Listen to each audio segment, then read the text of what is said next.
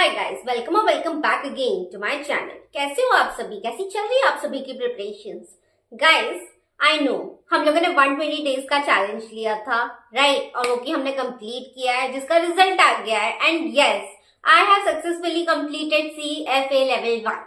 तो गाइस, जैसे कि मैंने आप लोग को प्रॉमिस किया था कि मैं अपनी स्ट्रैटेजी को प्रॉपर्ली डिकोड करने वाली हूँ, ठीक है? तो आज की स्ट्रैटेजी में मैं सबसे पहले वो वाली गलतियां शेयर करने वाली हूँ जो कि आपको बिल्कुल भी नहीं करनी चाहिए आपके 2025 के L1 प्रिपरेशन में, ठीक है गाइस? तो if you guys know my journey then you must be knowing कि मैंने मेरा first attempt last year 2024 Feb में दिया था, जो कि I couldn't clear, and the reason being discussed in the video. So without ado, let's get into the video. So if you do not plan, you plan to fail, ठीक है? सीधी बात यह है कि अच्छे से प्लानिंग करके ही चीजें शुरू करना यार, वरना बहुत दिक्कत हो जाती है बाद में जाके, ठीक है? तो मैं सबसे पहला जो आप लोगों को चीज बताना चाहूंगी कि आप हमेशा अपने आप को एक्स्ट्रा टाइम दीजिएगा। व्हाट यू थिंक कि आपको उस एग्जाम के लिए चाहिए उससे भी थोड़ा ज्यादा। द रीजन बीइंग, आप इस वाले एग्जाम के लिए जब भी रजिस्टर करने वाले हैं, आप नॉर्मली 6 मंथ्स पहले तो रजिस्टर करने ही करने वाले हैं, राइट? लेकिन उस 6 मंथ्स के अंदर भी कभी कभी क्या होता है ना यार, लेट से आप अगर वर्किंग प्रोफेशनल हो, आपकी टीम बदली जा सकती है या बदल सकती है, ठीक है? या फिर हो सकता है कि आउट ऑफ ब्लू आपका कोई फैमिली फंक्शन आ जाए या फिर कुछ और। तो यू डोंट नो पर्टिकुलरली कि यार ये 6 मंथ्स इनफ है कि नहीं है। तो मैं सजेस्ट करूंगी हमेशा अपने आप को थोड़ा एक्स्ट्रा टाइम देके ही चलो। अगर आप सोच रहे हो कि 6 months are enough for you, you start your preparation 9 months before, ठीक है? The reason being 9 months before बोलने का कि यार आपके जो भी ये आउट ऑफ ब्लू वाले सिनेरियोज होंगे ना, वो आपको एटलीस्ट 3 मंथ्स में कवर हो सकते हैं। आप पहले से ही थोड़ा प्रिपेयर्ड रहेंगे तो आप उस चीज के लिए रेडी रहेंगे। जैसे मैं अगर आपको अपना बताऊं तो देखो यार, मैंने मेरे एग्जाम के लिए अगस्त में फीस भरी थी, फेब 2024 के लिए जब मैं एग्जाम लिखने वाली थी, तो मैंने अगस्त 2023 में फीस भरी थी। But at that point of time I did not had any clue कि यार हो सकता है कि मेरी टीम गलती से चेंज हो जाए, जो कि मेरे साथ हुआ। मैं पहले 4 to 1 शिफ्ट करती थी और मेरी टीम जब चेंज हुई उसके बाद मेरी शिफ्ट हो गई थी इवनिंग 7:30 से लेके मॉर्निंग 4:30, जो कि मेरे लिए बहुत ज्यादा न्यू था। मैं मतलब इस चीज से कोप अप ही नहीं कर पा रही थी। I wasn't mentally prepared for this. और जब भी आपकी टीम चेंज होती है तो you are suppose to give those extra hours, है ना?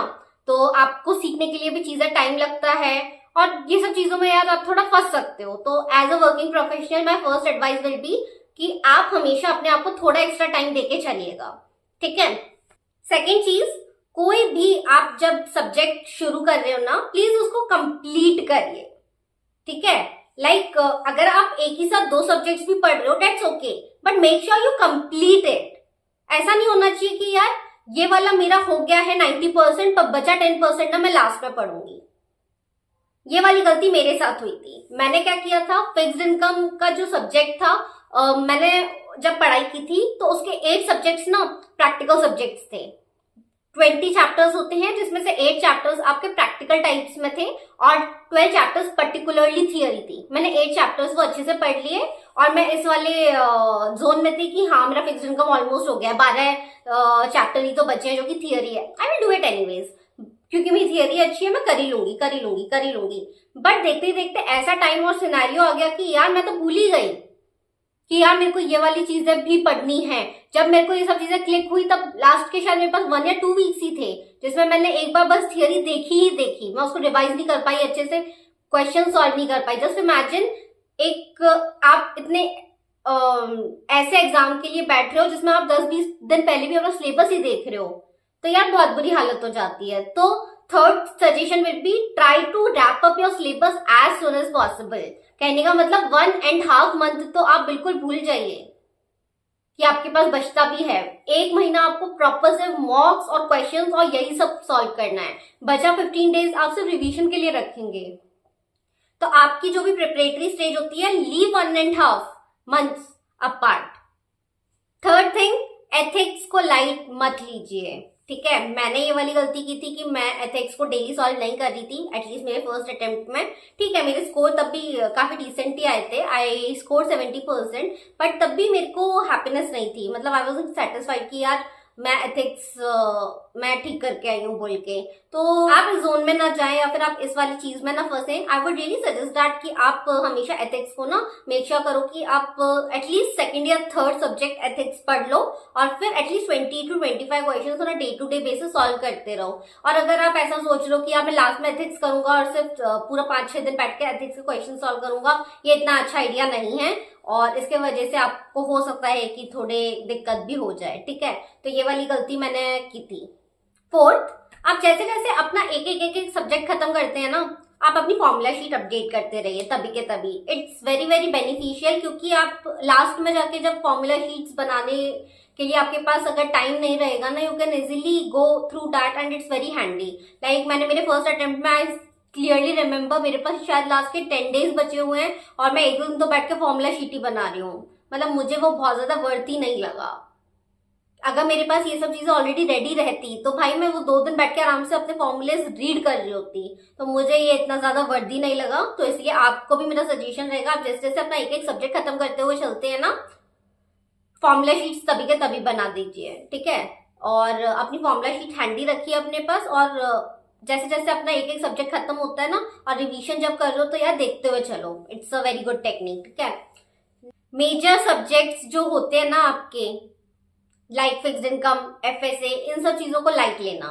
मतलब मुझे ना अभी भी याद है, मैंने एफएसए और एफआई ये वाले सब्जेक्ट्स में इतना गंदा परफॉर्म किया था मेरे फर्स्ट अटेम्प्ट में, क्योंकि मैंने बहुत ज्यादा क्वेश्चंस ही सॉल्व नहीं किए थे, ठीक है।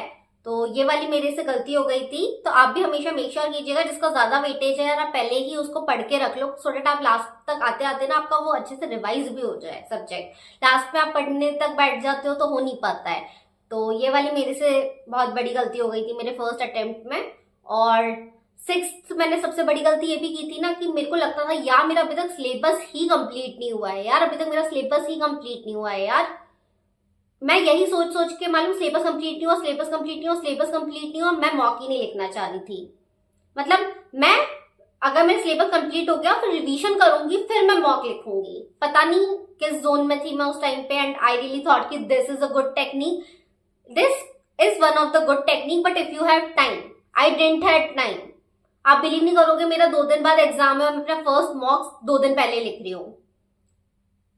मेरी यही छोटी छोटी गलतियों की वजह से I couldn't clear my exam on the very first go. First reason जो मुझे लगता है पर्सनली कि मेरी टीम जब चेंज हुई ना, उसको मैं बहुत ज्यादा पॉजिटिवली या फिर ले ही नहीं पाई। मतलब I wasn't prepared for it, तो मैं उस पर रिएक्ट भी ढंग से नहीं कर पाई। अगर मैंने थोड़ा मेंटली स्ट्रांग होकर उस चीज को थोड़ा ढंग से मैनेज किया होता ना, तो शायद मेरे को सेकेंड अटेम्प्ट लिखने की जरूरत ही नहीं पड़ती, क्योंकि पासिंग स्कोर के मैं बहुत पास थी मेरे फर्स्ट अटेम्प्ट में। तो मेरे को ये सब चीजें गलतियां फील हो चुकी थी, जो कि मुझे पता चल गया था कि आकांक्षा दीज आर द थिंग्स कि यार ये सब तुमने गलतियां कर चुकी हैं, अभी तक ये वाली गलतियां तो पक्का नहीं करनी है। और एक बार मुझे ये सब चीजें क्लियर हो गई कि आई शुडंट डू दिस, तो मेरी स्ट्रैटेजी नेक्स्ट वाले लेवल के लिए काफी इजी हो गई थी। So if you want to know my second attempt की strategies, I will prepare a next video, watch it, and that strategy was more customized according to my needs, ठीक है, फर्स्टली। और सेकेंडली वो वाली strategies की वजह से मुझे रिजल्ट्स भी मिले हैं and I was able to clear my exam. तो ठीक है गाइस, मैं आपको बस इतना बोलूंगी, जो भी गलतियां मैंने भी आपको बताई, अगर आप भी ऐसी कोई भी एक गलती कर रहे हो तो वो आपको बहुत ज्यादा महंगी पड़ने वाली है आपके CFA L1 प्रिपरेशंस में। सो 2025 में if you wish to fail, then ये वाली गलतियां कीजिए। And if you are smart and don't want to make this mistakes and nail it on your first attempt, then please just don't make the mistakes which I have just mentioned right now. ऐसे ही useful videos के लिए मुझे अभी के अभी subscribe कर लो, and I will see you guys in the next video. Till then take care, bye guys.